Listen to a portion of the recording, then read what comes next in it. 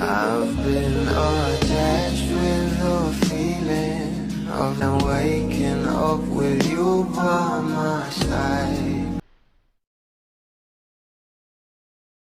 Inaabangan na nga talaga ng maraming bula ang nasabing movie ng ating Belle at Donnie sa big screen. Ang tayo sa wakas, at dahil nga rin dito guys meron pa nga pa-advance screening na talaga namang marami nga ang pumuri kung gaano nga talaga ito kaganda.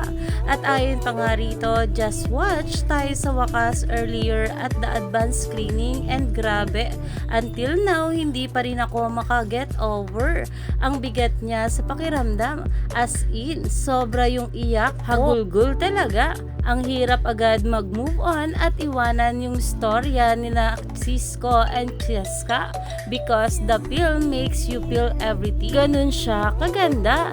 At dahil nga rin dito guys, talaga namang umani ito ng maraming komento. At ayon pa nga guys dito, and if you think you've already seen it all from the scene drafts, teasers, trailers, and promotions, wait until you actually watch the film.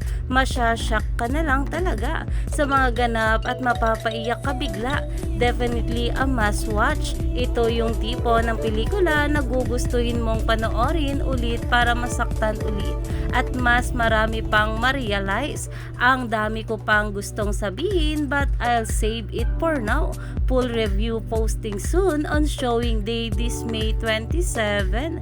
Iyan na nga ngayon ang pinag-uusapan. Kaya naman marami pa nga talaga tayong dapat abangan sa ating couple ngayong araw.